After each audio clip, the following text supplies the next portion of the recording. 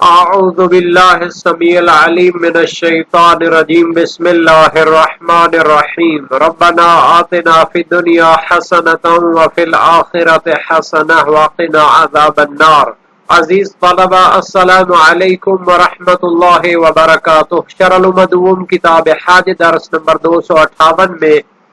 حج افراد کو تمتع میں بدلنے کے متعلقہ فروعات پر گفتگو ہونے والی ہے۔ مستحب حج افراد کو تمتع میں بدلنے کے متعلق بحث ہو چکی ہے۔ اب واجب حج افراد کو یا حج قران کو تمتع میں بدلنے کا حکم پیش کیا جائے گا۔ ابن ادریس ہلی کی فقہی رائے اور تحقیق کو بیان کیا جائے گا۔ حج قران کو تمتع میں بدلنے کے حکم کو ذکر کریں گے۔ واجب حج افراد کو تمتع میں بدلنے کے متعلق نظریات کا جائزہ لیا جائے گا۔ متعلقہ مسائل اور فروعات بھی ذکر ہوں گے اور متعلقہ روایات اور احادیث بھی بیان ہوں گی۔ مستحب حج افراد کو تمتع میں بدلنے کے جواز کو شہید اول نے مشروط کیا تھا کہ اگر وہ طواف اور سعی کے بعد تلبیہ نہ کہے تو پھر وہ تبدیلی جائز ہے، اگر طواف اور سعی کے بعد تلبیہ کہے تو پھر وہ حج افراد پر باقی رہے گا اور عمرہ تمتع اس کا باطل ہو جائے گا۔ جبکہ ابن ادریس ہلی فرماتے ہیں عمرہ تمتع باطل نہیں ہوگا تلبیہ کہنے سے، چونکہ اس کی نیت جو تبدیلی کی ہے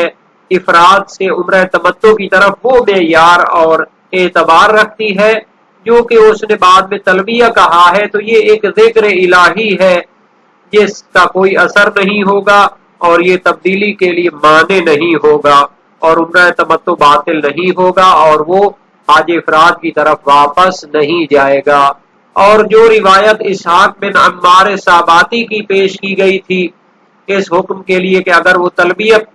کر لیتا ہے طواف اور سعی کے بعد تو پھر اس کی تبدیلی ختم ہو جائے گی اور وہ حج افراد کی طرف پلٹ جائے گا،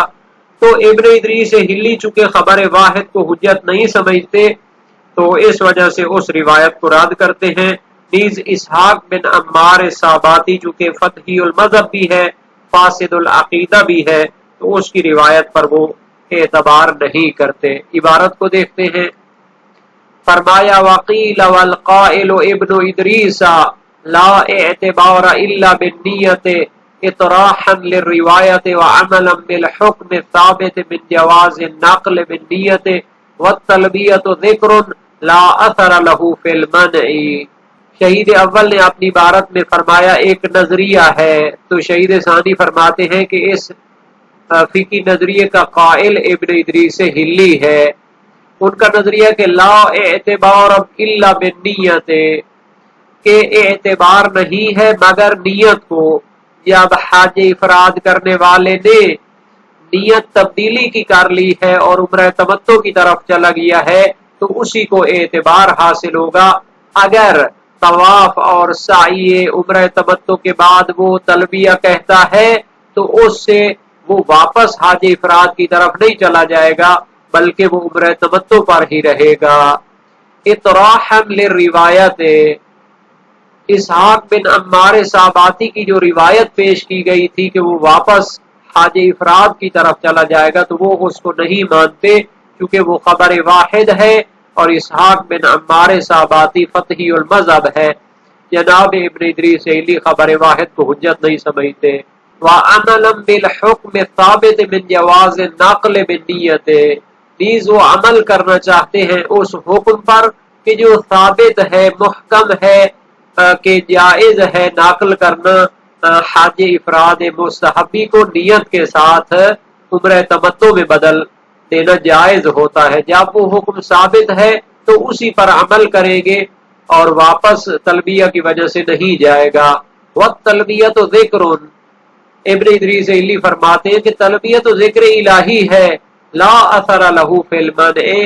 یہ اثر نہیں رکھتا کہ جناب اگر وہ عمرہ تمتع میں طواف اور سعی کے بعد تلبیہ کہہ دیتا ہے تو ممنوع ہو جائے اور واپس حج افراد کی طرف چلا جائے۔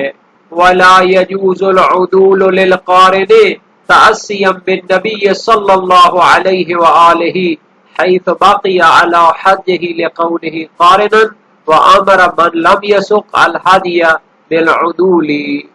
ابھی تک بحث ہو رہی تھی کہ اگر حاج مستحبی افراد کرتا ہے تو اس کو عمرہ تمتع میں بدل سکتا ہے، تو اسی طرح سوال ہوتا ہے کہ اگر حاج قران کر رہا ہے تو آیا اس کو حاج تمتع میں بدل سکتا ہے؟ تو فرماتے ہیں اس کی اجازت نہیں ہے، چونکہ نبی اکرم صلی اللہ علیہ وآلہ وسلم کی حجۃ الوداع جو نقل ہوئی ہے تو اس میں آپ نے اپنی حج سے عدول نہیں فرمایا، چونکہ آپ کی حج قران تھی اور آپ قربانی ساتھ لائے تھے، اور جن لوگوں کے ساتھ قربانی نہیں تھی ان کی حج افراد تھی، تو ان کو حکم دیا کہ وہ عمرہ تمتع کی طرف تبدیل کریں۔ تو یہ شہید اول کا فتویٰ ہے کہ جائز نہیں ہے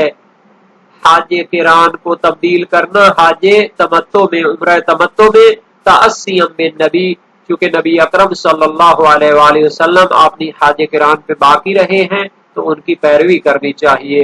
حیث بقی علی حجہ، آپ اپنی حج قران پر باقی رہے، لقولہ قارنا، چونکہ آپ حج قران فرما رہے تھے اور قربانی کا جانور ساتھ لائے تھے۔ وَأَمَرَ مَنْ لَمْ يَسُقْ الْهَدْيَ بِالْعُدُولِ، اور آپ نے امر فرمایا، حکم دیا کہ جو ساتھ قربانی نہیں لایا، یعنی کہ وہ حج افراد انجام دے رہا ہے تو وہ تبدیل کر لے، عمرہ تمتع کی طرف چلا جائے۔ وقیل لا يختص جواز العدول بالافراد المندوب بل يجوز العدول عن الحج الواجب ايضا سواء كان متعينا ام مخيرا بينه وبين غيره۔ شہید اول فرماتے ہیں اور ایک اور بھی اس پاس میں نظریہ پایا جاتا ہے کہ حج افراد مستحب کو تبدیل کرنا عمرہ تمتع کی طرف فقط جائز نہیں ہے، بلکہ جائز ہے کہ حج واجب افراد کو بھی عمرہ تمتع کی طرف تبدیل کیا جا سکتا ہے، چاہے حج افراد متعین طور پر اس پر واجب ہو، جیسا کہ وہ 16 فرسخ کے اندر اندر مکہ کے قریب رہتا ہے تو اس پر حج افراد واجب ہوتی ہے، متعین طور پر وہ مستطیع ہوتا ہے تو حج افراد اس پر واجب ہوتی ہے، اور مخیرا بینہ و بین غیرہ، یا اس پر واجب ہے لیکن اس کو اختیار حاصل ہے حج افراد اور دوسری اقسام حج کے درمیان۔ اس کی مثال کیا ہے؟ کالناظر مطلقاً، ایک شخص ہے جس نے بطور مطلق حج کرنے کی ناظر کی ہے، تو جس کی ناظر حج کی مطلق ہو تو اس کو اختیار ہوتا ہے کہ حج کی 3 اقسام میں سے جس کو انجام دینا چاہے تو وہ انجام دے سکتا ہے۔ اگر وہ حج افراد کو اختیار کرتا ہے تو بعد میں اس کو تبدیل کر سکتا ہے حج تمتع کی طرف۔ وَذِي الْمَنْزِلَيْنِ الْمُتَسَاوِيَيْنِ، یا ایک شخص ہے جس کے 2 گھر ہیں، ایک 16 فرسخ سے باہر ہے اور ایک 16 فرسخ کے اندر ہے، تو دونوں میں برابر وہ رہتا ہے تو اس کو اختیار ہوتا ہے چاہے وہ حج تمتع کرے یا حج افراد کرے۔ تو اگر وہ اختیاری طور پر حج افراد کو شروع کرتا ہے واجب کے عنوان سے تو بعد میں وہ اس کو تبدیل کر سکتا ہے۔ تو اس نظریے کی دلیل کیا ہے؟ لعموم الاخبار الدالة علی الجواز، چونکہ جو روایات حج افراد کو حج تمتع کی طرف تبدیل کرنے کو جائز قرار دیتی ہیں وہ عام ہیں، وہ مستحب کو بھی شامل ہیں، وہ واجب حج افراد کو بھی شامل ہیں۔ کما امر بہ النبی صلی اللہ علیہ وآلہ وسلم من لم يسق من الصحابہ من غیر تقید بکون المعدول عنہ مندوبا او غیر مندوب،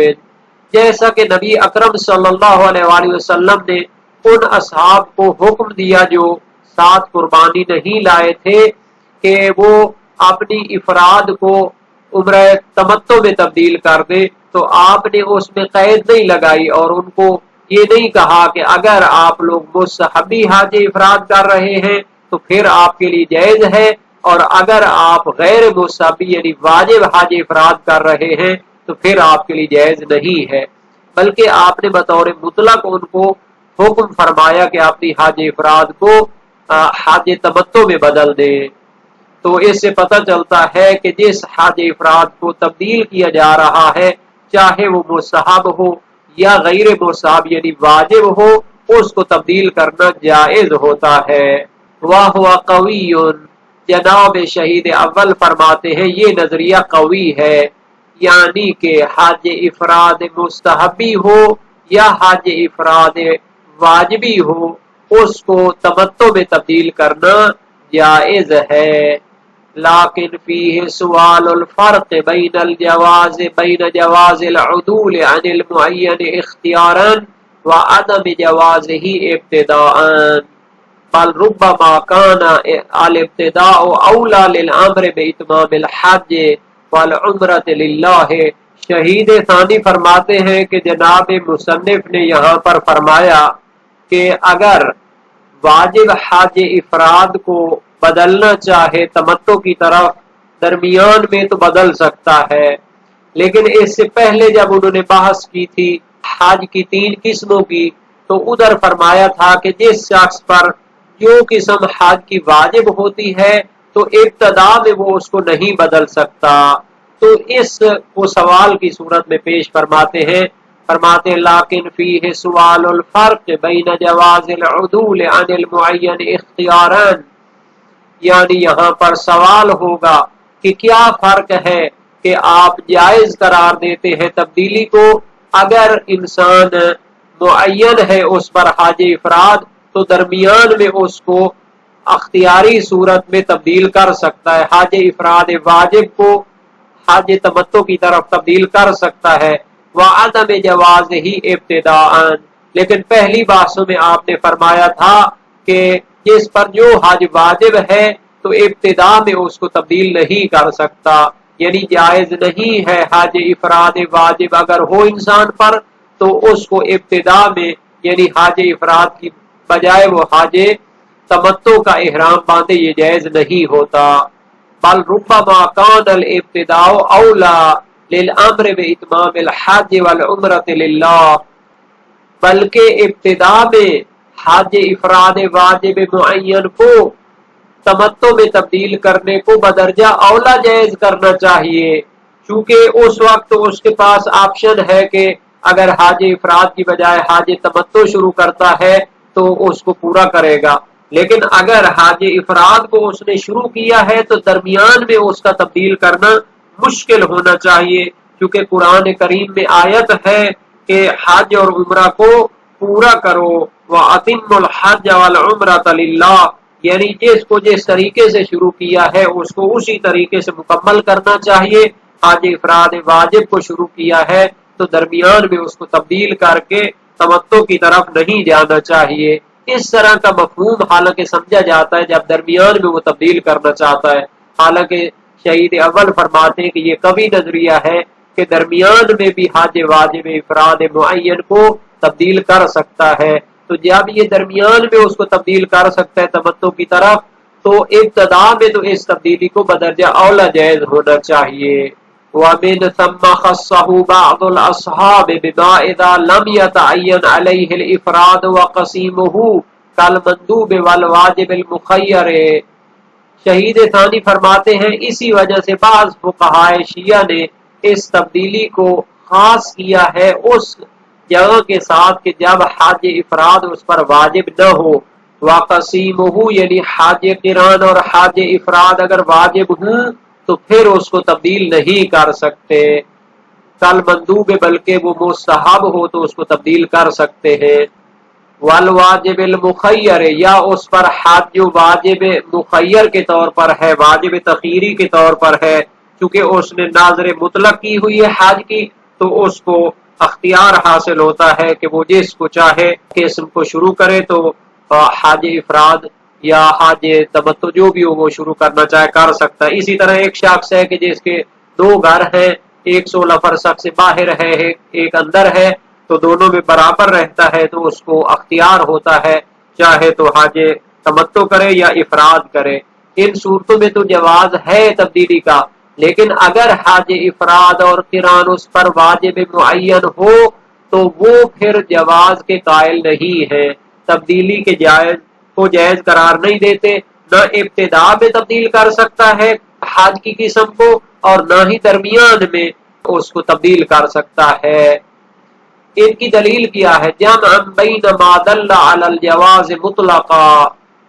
وہ روایات کے درمیان جمع بندی کرنا چاہتے ہیں، چونکہ کچھ روایات ہیں جو تبدیلی کو مطلقاً جائز قرار دیتی ہیں، چاہے واجب معین ہو یا غیر معین ہو۔ وما دل علی اختصاص کل قوم بنوع، اور جو دلیلیں قرار دیتی ہیں کہ ہر قوم کو خاص قسم کی حج واجب ہے، اس کو پھر تبدیل نہیں کر سکتے۔ یعنی جو 16 فرسخ سے باہر رہتے ہیں ان پر حج تمتع واجب ہے، پھر وہ حج افراد یا قران نہیں کر سکتے، اور جو 16 فرسخ کے اندر رہتے ہیں، مکہ کے قریب رہتے ہیں، تو ان پر حج قران یا افراد واجب ہے، پھر وہ اس کو تبدیل کر کے تمتع نہیں کر سکتے۔ تو ان دونوں قسم کی دلیلوں کو جمع بندی اس طرح ہوگی کہ جس پر حج افراد و حج قران واجب معین ہو تو پھر اس کو نہ درمیان میں تبدیل کر سکتا ہے نہ ابتدا میں تبدیل کر سکتا ہے، لیکن اگر مستحب ہو یا واجب تخیری ہو تو پھر اس کو اختیار حاصل ہوتا ہے۔ تو گویا اس میں اس طرح جمع بندی ہوگی کہ جن پر واجب معین ہے، حج کی کوئی خاص قسم واجب معین ہے، تو نہ درمیان میں تبدیل کر سکتا ہے نہ ابتدا میں تبدیل کر سکتا ہے، اور جس میں بطور مطلق تبدیل کرنے کی اجازت ہے تو پھر وہ حج غیر معین ہے، جیسے مستحب ہوتی ہے یا پھر واجب تخیری کے طور پر ہوتی ہے، تو ابتدا میں بھی تبدیل کر سکتا ہے، درمیان میں بھی تبدیل کر سکتا ہے۔ شہید ثانی فرماتے ہیں وَهُوَ أَوْلَى إِن لَمْ نَقُلْ بِجَوَازِ الْعُدُولِ عَنِ الْإِفْرَادِ إِلَى التَّمَتُّعِ ابْتِدَاءً، یہی نظریہ بہتر ہے کہ اگر واجب متعین ہو، افراد واجب ہو متعین طور پر، تو پھر اس کو تبدیل نہیں کر سکتا، نہ درمیان میں نہ ابتدا میں۔ ان لم نقل بجواز العدول عن الافراد الى التمتع ابتداء، اگر ہم مصنف کی طرح قائل نہ ہوں کہ حج افراد کو تمتع میں ابتدا میں تبدیل نہیں کر سکتے، یعنی اگر ہم حج افراد متعین کو ابتدا میں تمتع کی طرف تبدیل کر کے انجام دینے کو جائز نہیں سمجھتے، تو پھر یہی نظریہ بہتر ہے کہ اگر واجب متعین ہوگی حج افراد تو پھر نہ اس کو ابتدا میں تبدیل کر سکتے ہیں نہ درمیان میں تبدیل کر سکتے ہیں۔ ہاں اگر اس کو جائز سمجھے حج افراد واجب کو ابتدا میں تمتع